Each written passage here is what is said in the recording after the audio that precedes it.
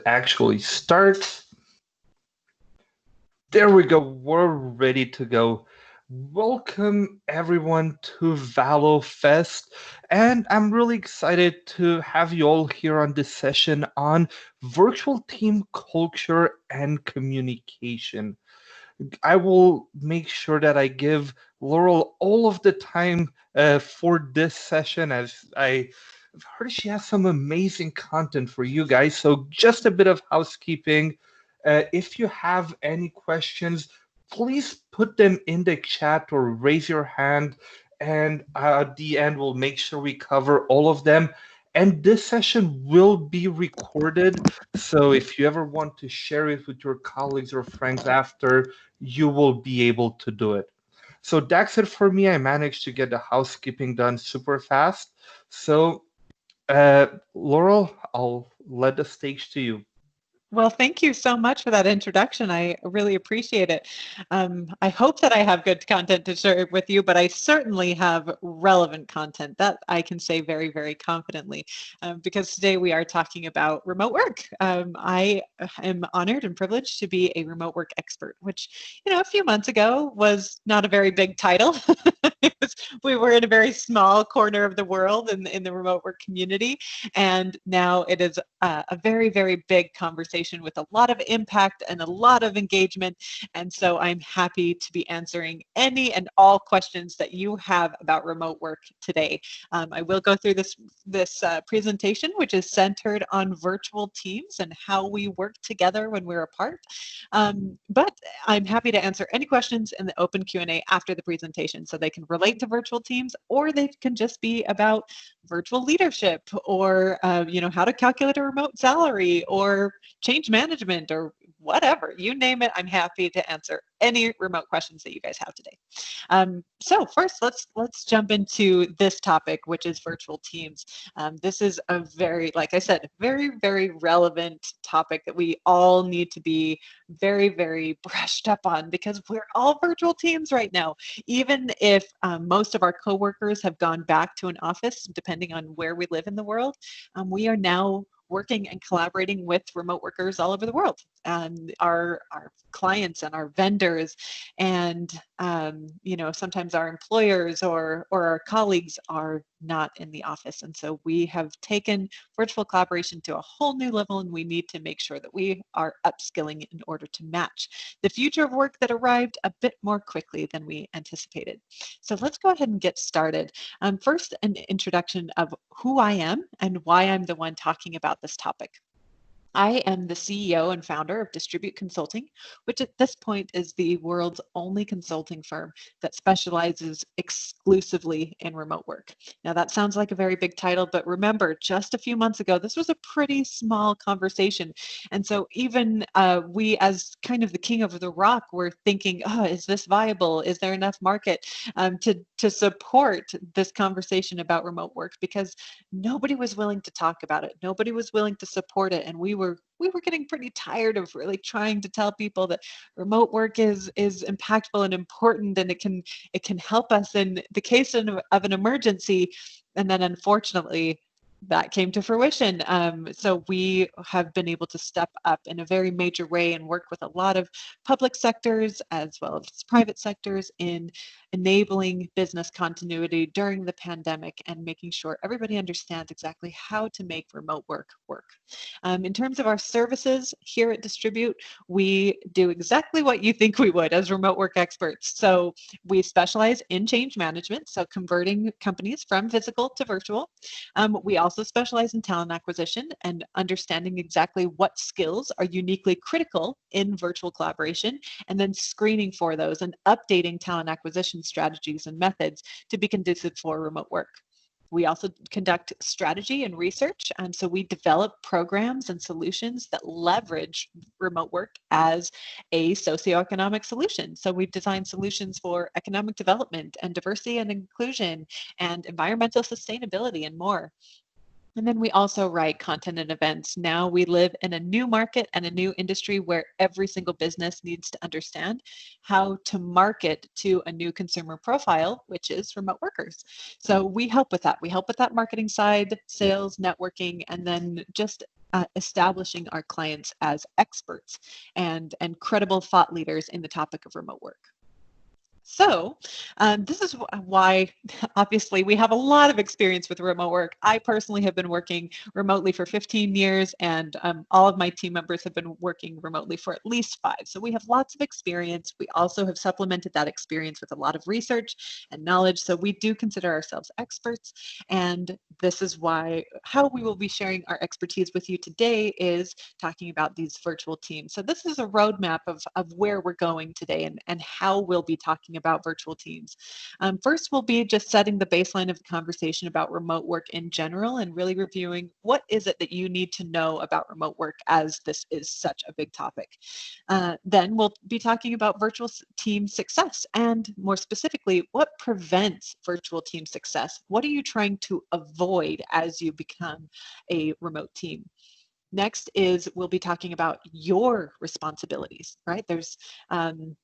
There's no I in teamwork, but everybody does have certain responsibilities in order to make the team work. So we'll be talking about what each individual responsibilities are in order to make remote work. And then we'll finish with an action plan. I am a very actionable person. My background and experience with remote work comes from being the COO of fully distributed companies of up to 500 people. And that is my job. That is my brain, as I take ideas and I turn them into actions. And so I cannot give a presentation that is just inspirational. We're going to tell you exactly how to implement and what next steps to take. So let's go ahead and get started with that intro to remote work section, which is this: remote, what you need to know. Now, throughout the presentation, I will be delivering all of the information that I think you need to know, but remember, please ask questions. If there's more information about remote work that you'd like to know, because it is so relevant, please fill up the Q&A. So the first, very first fundamental baseline that you need to understand about remote work is how it's different. And the hint there is that it is different than just changing workplace. If you go to a different place and you just take your laptop and you're working in a different location, such as your home office, you have changed your workplace. But that's all. You have not done anything to really change or convert your virtual operations. And there's a big difference between working in a different location during work hours and then truly optimizing and enhancing virtual operations. So that's what we want you to understand, is how this is different and what gap it is that you're trying to bridge. So the first is, obviously, your workplace is changing, but also the place where work is happening is also changing. So it's not just that your physical location that's changing, but we also need to maintain the fact that work still needs a place. And so we need to give all of that work a place and an infrastructure, just like a building did in the physical business world. We need to create a virtual infrastructure with tools and processes. And so that is a big difference, is that we have a virtual workplace that is just as tangible and just as structured as a building. And this is where work happens now. This is where you congregate with your coworkers in order to produce work, is in a virtual workplace. Next is results-based productivity tracking. This is a very common concern of many managers that say, oh my word, how am I going to know if people are working if I can't see them? Obviously, this is very common concern for all of us. And so we, in distributed companies and in remote work, because you can't see work happening, we have to rely on results, on proof to show us that work happened. So we track all of our productivity and performance with results-based, and which means that we focus on deliverables and on results and work after it happened, instead of watching people produce the work during the production cycle. And then the next is communication style. As you all have very much learned over the past few months, there is a difference between accessing somebody in the office and collaborating with them in the office, as opposed to in a virtual space, in this virtual workplace that we just talked about. We have to be much more open, much more transparent. We don't have nonverbal communication. We don't have contextual cues in order to supplement our messages. So we have to over communicate and really be much more transparent and consistent and frequent in our messages than we are traditionally used to. Also, we need to understand the history of how we got here. A lot of people and economies are worried about, oh, we're putting so much trust into this very new, very modern method of working. And isn't that risky? Aren't we putting ourselves in danger? Can we really trust remote work? So I think it's really important for all of us to understand that remote work is not new. It's been happening for over a half of a century. It was originally established in the 1970s and then has slowly become more and more accessible as technology has increased. So as technology has expanded in its functionality, but also become more affordable to the masses and more mobile itself. That is what has slowly enabled work from anywhere mentality over the past 50 years. We did know as remote work experts and thought leaders that 2020 was going to be a big year for remote work because of this timeline that you see in front of you. We knew that it was going to peak and that there was going to be a big conversation about remote work. Obviously, we had no idea how big of a conversation it was going to be. And to our astonishment, it's been getting even bigger than we ever anticipated, even in March. We thought in March, okay, everybody will go remote for a little while, they'll go back to their offices, and then they'll make a game plan, and then they'll slowly adopt remote work. But that is not what we're seeing. People, as much as 20 to 30% of the people that have been working remotely during the pandemic are now going to stay remote permanently. 20 to 30%. That's a massive statistic.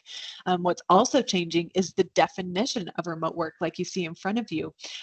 Traditionally, remote is defined as any role that does not have a legal requirement to commute to a centralized work location on a regular basis in order to produce work.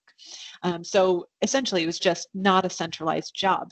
But now what we're witnessing and what governments and organizations are starting to open their mind to is that encompasses much more than just home offices. This can also include co-working spaces. This can also include mobile offices. So especially during the pandemic, again, we did see a rise in delivery services of groceries and of food and Uber drivers and things like that. And those are also considered remote workers in the legal context in which the public sector is now going to develop legislation and regulations about. So this is a much bigger conversation than anybody anticipated. And so we need to make sure that everybody understands these statistics, that yes, it's big right now, but it's only going to get bigger.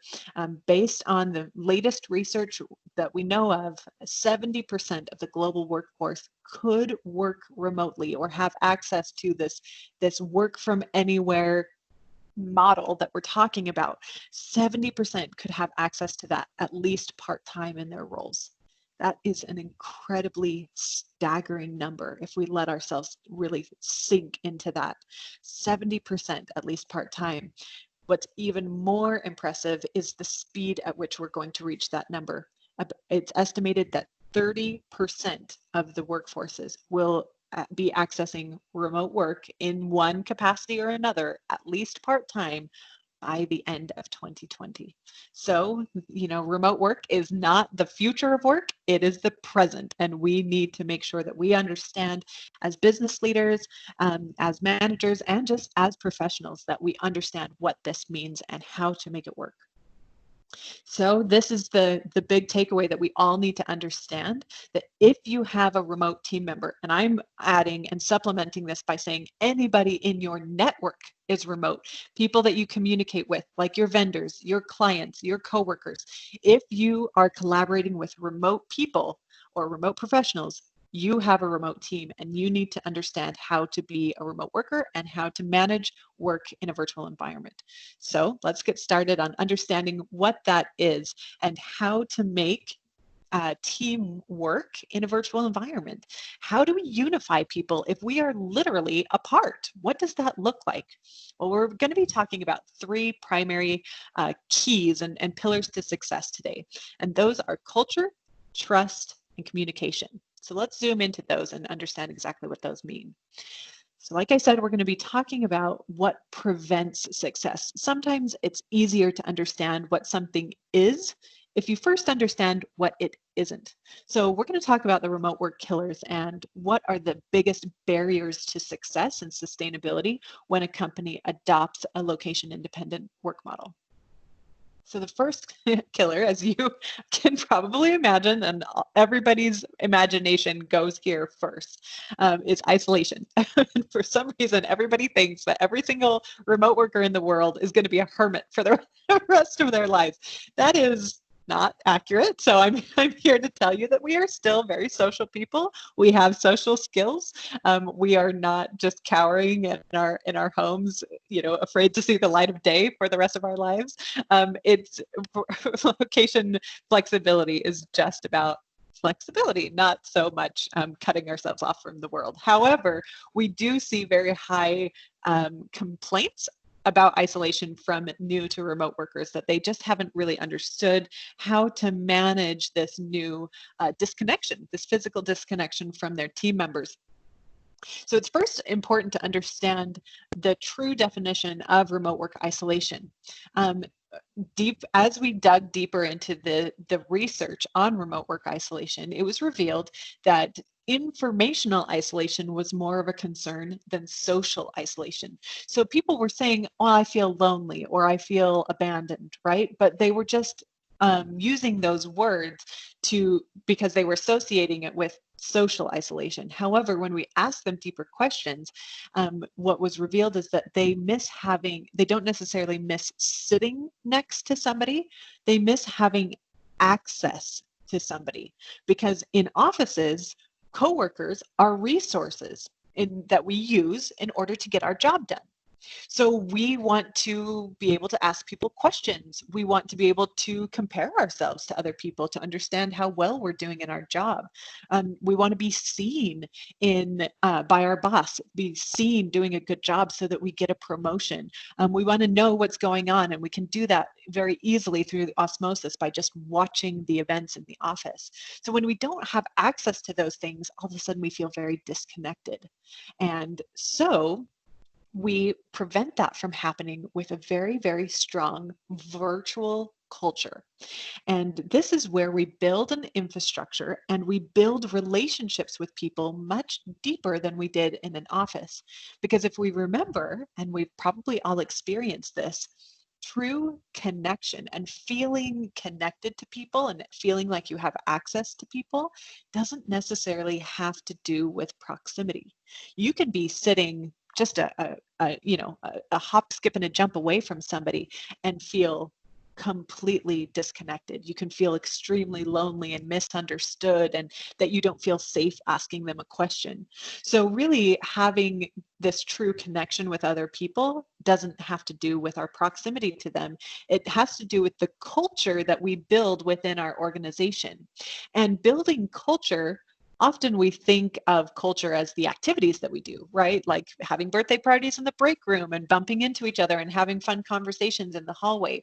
We think of those as building culture. However, those are expressions of our culture. Those are activities that define or articulate our culture or activate our culture, but they are not our culture itself. Our culture, our company culture is based on your shared mission, your shared vision, and your shared values. And when people all share those and align on them together, that's what builds that unity. So we want to prevent that isolation by building a strong culture in which people feel uniquely understood and that they feel safe in asking questions and they know how to ask questions. They know where they can ask questions. They feel appreciated and recognized for their contributions to their role. That is what preventing isolation has to do with. So yes, sometimes this looks like fun activities that we do virtually, but often it's just integrated into our workflows. So we're consistently interacting with people so that they understood that they're remembered and they're not out of sight, out of mind. We're equipping them with resources that they need in order to do their job and providing accessibility to other people to do their job, regardless of their location. And again, we're just communicating more transparently. We're being more open, more vulnerable, more articulate in our feelings. Yes, that sounds very soft and lovey-dovey, but you'll very, very quickly learn that in remote work, over communication is just communication. So we just have to fill in the gaps that we aren't able to fill with nonverbal communication and contextual cues. The next one is burnout. I think a lot of you have also experienced this in the past few months. This is where we are always on, right? Our commute has reduced from maybe an hour all the way down to a few seconds when we just open up our laptop. So work is more accessible than ever, and we also are more productive than ever. Remote workers are 40% more productive offsite than they are in an office. And so here we are that we have consistent access to the office, we're producing our best work, and that becomes very, very addicting. We also feel a lot of pressure from our boss because sometimes our managers are having that mentality of, well, they're not going to be working if I'm not watching them. So we're feeling this extra pressure to show and to prove that we're working all the time. And what happens is that we literally start working all the time. So the average remote worker works an average of 2 to 4 hours a day longer than an in-office counterpart. They're working themselves to death. They're working to inflate those results. They're working to prove that they can stay productive. And then very quickly that cycles into a lack of motivation, that they just burn out mentally, physically, emotionally. They burn out. And this is especially high risk during a global pandemic when everybody's emotional stress is heightened all the more. So how we prevent this burnout is with trust. There is, like I said, the results-based tracking of remote workers relies on deliverables and on results, which means we don't exactly know what people are doing during the production cycle. We do our best to stay in communication and to support during the production cycle, but often that doesn't mean that we know what has happened until we see what has happened. And so that means we as managers, as businesses, as team members need to trust each other more. We feel this sense of fear that, well, I'm working my brains out, but what if somebody else is just, watching Netflix all day? We have to give each other the benefit of the doubt and trust that each other is working as hard as we can to do the best in our role, regardless of our location and regardless of if we can see each other or not. So how we do this and how we create a boundary, this doesn't mean that we just, never talk to each other again and say, well, I'll see you in 6 months when that big project is due. I trust that you'll meet me there. That's not at all what the process is like. It means that we trust in very small pieces. So on a day-to-day basis, we're continually checking in. We can see each other's to-do lists. We are checking in quick stand-ups to say, this is what I have questions on. This is what I need help with. This is what went well. And we are really diversifying our definition of productivity as well. We're not just saying, well, when I produce the result or the deliverable, that's a result. But we're saying, you know what? Success means a lot of different things. And so I am going to report on everything that I'm doing. I'm going to report on brainstorming. I'm going to report on networking. I'm going to report on supporting a team member with a tough question and troubleshooting their problem. That is success. That is work. Not just being in an office, but it's what we're doing. And that's really a big takeaway about remote work in general, is that work is something that we do, not somewhere that we go. And so when we're focusing on this trust and delivery cycle, that really enables that workplace flexibility. Also, I'll add to enforce boundaries. This can also be part of culture. But if your workers are feeling the pressure from their managers, that their managers do not trust them or that their coworkers do not trust them, they're going to keep burning themselves out in order to prove their value. So encourage your team members to set boundaries and then enforce them. Talk about them together as a team and say, it's 5 o'clock. I'm going to go camping with my family, or went for a beautiful run today before I came in, started working, or something like that. Giving people that safety and that permission to be their whole selves and not just their work selves, because psychologically they're used to being their work selves at work and their personal selves in their home. And what we've just done is we've smashed both of those things into the same place. And so they're feeling this pressure to always be their work self all the time.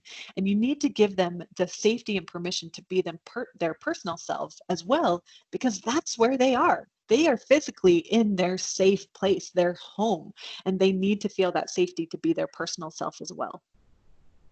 All right, the last one, the last killer that we're going to be discussing is micromanagement. This is another byproduct of when managers are saying, people are going to be working unless I can watch them. And so they watch them. It force their workers to turn their webcams on, or they ask people to call them every 30 minutes. And no, that's not an exaggeration. This is a common story in my clients. But they have them call them every 30 minutes and report on what they've been doing in the past 30 minutes. Or they overschedule their day, and so they know what their workers are doing every single minute of every single day. And that creates a lot of problems that can obviously break that trust and culture that we just talked about. But it also creates career stagnancy. It creates discrimination. It blocks productivity. And because nobody wants to work in that type of environment when they don't feel trusted and they don't feel valued as a human being. I mean, honestly, just as an adult, they don't feel trusted to manage themselves. And nobody wants to work in an environment like that. So we prevent micromanagement with communication. And like I said, this new style of communication is more consistent, more transparent, and more frequent than you're used to. So this is how we unify. This is how we stay in touch. This is how we know what each other is doing when we can't see each other, as we talk about it. What do you need help with? How is today going? Hey, have you done this yet? Like, we are communicating all the time. Sometimes it's synchronous, which means we're doing it at the same time. And sometimes it's asynchronous, which means we're sending messages to each other, like emails or Slack messages that may be responded to immediately and they may not be. And that's why we have embrace asynchronous communication channels. So that means that, me and I'm in the US Eastern time zone, I can send a message at right when I think of it, when I wake up at 7 a.m. And it can be answered by my team member in the Pacific time zone when she wakes up and she starts her work day for the day. It might be 3 hours later, but it's going to happen. So just embrace the patience and flexibility that asynchronous requires. And then finally, exercise empathy. There was a fascinating study that was conducted by Roberta Sawatsky in the Okanagan College of Business in Canada. And she embarked on this research study saying, I'm going to find out what are the most critical skills for remote workers. This was about 3 or 4 years ago. And so she conducted this international research, expecting that all of the skills that were going to come back as technical skills, right? We need them to understand video calls. We need them to understand project management software. However, all 8 of the skills that she collected were based on emotional intelligence. We're going to be talking about them later. So it is absolutely essential that as we are more distant from each other physically, we are able to come closer together emotionally, because this is what really unlocks the human factor in our dynamics, that we are treating each other more as humans than we did when we were together, which is a really fascinating development. So let's talk about that. Let's talk about this emotional intelligence and what we need to do as individuals in order to be better virtual team members. And these are 6 of the 8 emotional intelligence criteria that came from Dr. Swatsky's study. And I'll also say that now Roberta and I are very good friends because when I heard about her study, I was so excited. I had been a remote worker for about 12 years at that point, and I had been hiring people remotely for years and years. And so I said, I have my own list of criteria that I think are essential. I'm excited to compare them to your list. And so I got a sneak peek of her research before it was released, and it come to find out that her 8 criteria and my 8 criteria were exactly the same. So this is tried and true, not just from a research standpoint, but also from an experience standpoint. But these are the 6 critical skills that we need every single remote worker to be absolutely polished up on. And they are trust, communication, empathy, critical thinking, proactivity, and flexibility. Let's zoom into each one of those individually and give you an objective or key result, right? Like a criteria in which you can evaluate your own ability in each of these 6 traits. So the first one is trust. We've already talked about this, but what we need to see from our team members, on our virtual team members, is, are you going to fulfill expectations without supervision? Can we trust you? Can we trust you to do the work without somebody hovering over your shoulder? The next one is communication. We already talked about this as well. So I'll skim over it and just set this benchmark, right? Can you accurately convey and interpret the who, what, when, where, why, and how of messages? Are your messages clear? Do people understand what you're talking about? Do they understand what you need from them? Do they understand what your objectives are? Are you communicating effectively, or are they lost if you're using too much lingo or too many acronyms, or if you aren't giving context to your messages and you're just saying, that's good, there's going to be some miscommunication. So it is very wise and responsible for us to start extending our messages and to create more clarity. The next is empathy. Are you aware and considerate of other people's feelings? We have all had that horrible, horrible moment in which we sent a text message that we thought was completely innocent. We didn't even think, we didn't think twice about it. We just sent it. And then our friend or neighbor or whoever we sent it to said, "What? How dare you?" And it created this massive drama. And we thought, oh my word, I didn't even think about that. I didn't think that you could interpret it that way. No, that's not what I meant at all. So we can see that asynchronous communication and written communication put us at higher risk for communication than verbally. So it is absolutely essential that we exercise a bit more empathy when we are creating messages, and just having more awareness for the people that we are sending them to think about, how might they interpret this? How could this impact their day? And helping filter information accordingly. And this also circles back to communication. Are we saying what we really mean to say? And are we thinking about how it's going to impact them? The next is critical thinking. This is kind of a no-brainer, right? Like, we are by ourselves all day, every day, which means we don't have physical accessibility to the people that we need. And this right here is why so many people feel isolated, is because typically our default troubleshooting process is, hey, Bob, I have a quick question for you. Right? Like, it's accessing somebody to pick their brain on something. Now, there's a lot of circumstances when we can still do that. We can send somebody an email or a Slack message or call them on the phone.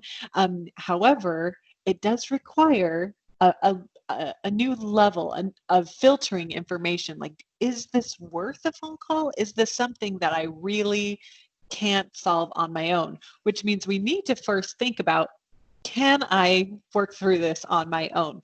So critical thinking is a critical, no pun intended, a critical skill that we need to be able to understand how to troubleshoot by ourselves. And I'm defining that here as independently analyzing, evaluating, and strategizing an issue by yourself. Next is proactivity. There are so many cues that subconsciously motivate us in an office, motivate us to stay on task, motivate us to work harder, motivate us to ask for a promotion. There are so many of those environmental cues. You know, we see people walking to the conference room and we say, oh, that's right, there was that meeting that I forgot about. Or the boss walks by and behind your desk, and you think you quickly change your browser from shopping on Amazon to the profit report that you're supposed to be developing. There's just so many of those little things that remind us to stay focused throughout the day. But we don't have that. And this is part of self-management as a remote worker, is we need to be intrinsically motivated. We need to be able to bust through blocks and stay focused on our own. We need to be able to take initiative without being prompted, without being reminded, without being rewarded. This is essential. And then last but not least is flexibility. Can you adapt to and accurately prioritize the impact of changes? Flexible work environments are, you guessed it, flexible. We make a lot of changes, and things are very dynamic and fluid and flexible in virtual work environments. And so it's important that we as individuals, as professionals, are flexible to meet this new style of work. So yes, it's great to have structure. We have to have structure. In fact, a lot of virtual companies ironically have more structure than co-located companies. However, we need to be willing to change that structure and adapt to changes as they pop up. We really saw this at scale during the pandemic. The companies that were willing to be flexible and adopt remote work in general as a contingency plan were able to survive the pandemic. They were able to continue business operations, and they were able to be more resilient in the face of a crashing economy. However, the companies that were not able to be flexible were the ones that weren't able to survive and had to close their doors, and many of them had to close their doors permanently. And we saw that across all industries, not just the tech industry, but across manual labor and services like plumbers and construction workers. We saw telehealth and healthcare services. We saw this in engineering and in accounting and entertainment and creative arts. Every single industry had to learn this critical skill of flexibility as an organization. And obviously, organizations are going to be able to be more adaptable and agile if they are hiring that type of worker. So finally, the action plan. If all of this sounds well and fine to you, you're ready to become a remote worker permanently, or you're ready to just continue this conversation and be a better virtual professional with all of the other remote workers that you interact with, what are next steps? So these are the 4 steps that I recommend to every single team. Now, this is written specifically for an organization, but feel free to think about how you might adapt this for your own network of vendors, or maybe you're in an association or something like that. But the first thing that you need to start with is streamline your channels. Like I said, work still needs a place. We still need a place to manage all of that information and go to this online, digital place together in which to produce work. So we need to make sure that everybody understands where to digitally go. And this means we streamline our channels. So we're all not using different tools all over the place, but we are all using the same tools. And so that we can be in the same place and be talking about work together in those channels. The next is to write a remote work policy. I do have a free template on the website, which is distributeconsulting.com. We converted that from a paid service to a free template when the pandemic shut down so many businesses, because we do feel that it is so essential to the sustainability of adopting remote work that everybody has a policy. This is what prevents miscommunication. This is how you get aligned on expectations about how are we going to make this work as a team. So we talk about things like reporting and accessibility and equipment. All of those things are covered in a comprehensive remote work policy. It's not just a signature that says, yes, I agree to work off-site. It needs to be an agreement. Next is to invest in training. As you're learning right now, and as we're just scratching the surface of in this presentation, remote work is different. It's not completely different, and it's not like you don't need to reinvent the wheel and think about how to do your job in a completely new way, but you do need to think about how to interact with your team members and how to define success and manage your personal workflows in a new way. And so it is important that your organizations invest in training that is specifically designed for remote workers. Be very careful about which organizations and which training providers that you are connecting with. There are a lot, and I'm going to say that again, a lot of very opportunistic companies right now because remote work boomed so much and so fast. Everybody's jumping on the bandwagon and everybody's becoming a consultant or a teacher or a trainer because they see this as the next big thing. However, they really have zero experience in what this actually means. This is not a joke. I saw one just this morning of a new remote work training certification company, and all three of the founders have been working remotely since March. So please find credible, trustworthy, certified remote work training programs that provide original content. That's another key. I obviously have a soapbox about this. So if you want to talk to me separately, you're more than welcome to contact me on LinkedIn. But this is a sore spot for me because there is so much bad information out there just because of the marketing opportunities of the remote work boom of 2020. And then last but not least, build that virtual culture that we were talking about. Learn how to unify together, have activities together, trust one another, really help your workers understand that they are recognized and valued and appreciated regardless of your location. And when you do all of those things, all of a sudden you'll notice how unified and connected you feel to your virtual team regardless of where you all are in the world. And that's how we build our virtual teams, is to create that trust and culture and communication in our workflows and in our work habits as well. If you have any questions, you're more than welcome to contact me directly. I'm easy to find on social media. I'm on LinkedIn and Twitter. And then you're also welcome to visit our websites, which are distributeconsulting.com and the Remote Work Association. Thank you again to the Valo team for having me today. And now let's jump into questions, because I hope that you all have some good questions about remote work because it is such a big topic right now. Well, let me start by saying this was amazing. Oh, good. Remember, at first you said this is timely content. You're not going to say if it was good or not. I'll have to say this is timely and amazing. Oh, good. I'm so glad. Whew. Let's see if anybody has any questions. Please put them in the chat. If not, raise your hand, and then we're going to unmute you so you can ask them by voice. But while people type their questions, I'm actually going to ask a question myself regarding something you said at the beginning of the session about remote work salaries. I've seen a lot more studies recently that popped up in my news feed on how organizations will adapt their salaries depending on where you're based, not only where the headquarter is. Do you have any, in your experience, have you seen any companies starting to look at that, or do you think that will change anything, or it will just be business as usual depending on where the company is located? Yeah, no, this is a very, very common question and a very, very common practice. The X factor here is it really depends on the distribution of your company.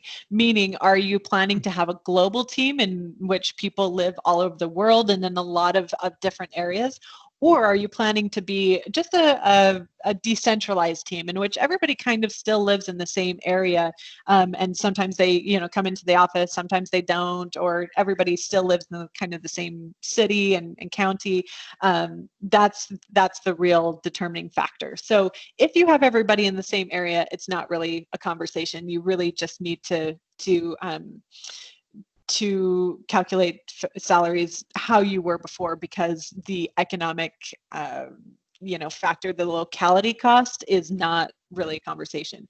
However, if you are planning to expand outside of a certain area, or if you have a distributed team that encompasses a lot of different local areas with different costs of living, then this becomes more of an issue and a concern.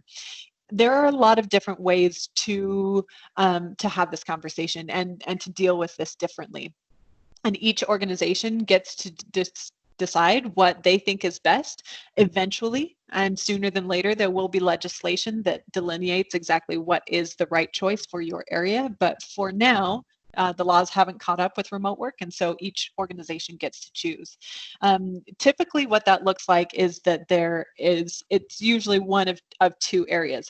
The first area is that you determine and calculate the costs of the salaries, or I'm sorry, the range of salaries, just based on national averages. So whatever the amount is paid for a graphic designer in the entire EU, that's what it is. It's just average, and that's it. And so that keeps things fair for everybody. However, the other side of it is where you do break it into locality costs. So you say, based on where you're living, if you're living in a very, very high cost area like London or New York or Tokyo, if you're living in a high cost area, then that average calculation is increased based on cost of living. However, if you live in a very rural area and your cost of living is very low, then it's also adjusted accordingly. And so they try to keep things very fair in that way as well, to say, high cost, mid cost, low cost. And so you're not getting into the nitty gritty of like, if you switch cities, then you're going to get a new salary. It's nothing like that. It's just a slight adjustment. But typically the salaries are calculated very broadly like that, just based on averages as much as possible. And that really promotes diversity and inclusion, because there's no room for discrimination. How well you negotiated a promotion, or if you're friends with the boss or not. It's just, this is where you live and how long you've been with the company and what the average of your role is, and that's what you get paid. Awesome. Thank you very much. Now let me get a question from Vlad here in the chat. If a workplace has some workers that can work remotely, but others must be in the office, for example, a manufacturing location, how do you manage the equity of that scenario? Yeah, this is a common question. The hybrid dynamics are really tough. The manufacturing is an extreme example, but even with office workers and knowledge workers, right? There just might need to be some people that work in the office because of equipment, or access to tools or something, or client meetings, and others don't.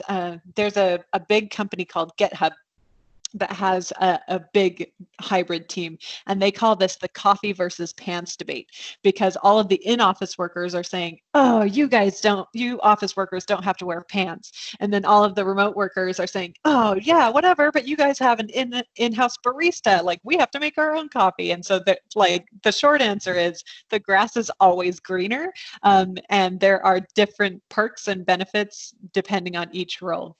So the more in hybrid teams, the more that you can focus on the work that needs to be done, and less about where you need to be to do it, the better. So leveraging location as a resource, as an asset of where do you want to be that would make the most sense for your role.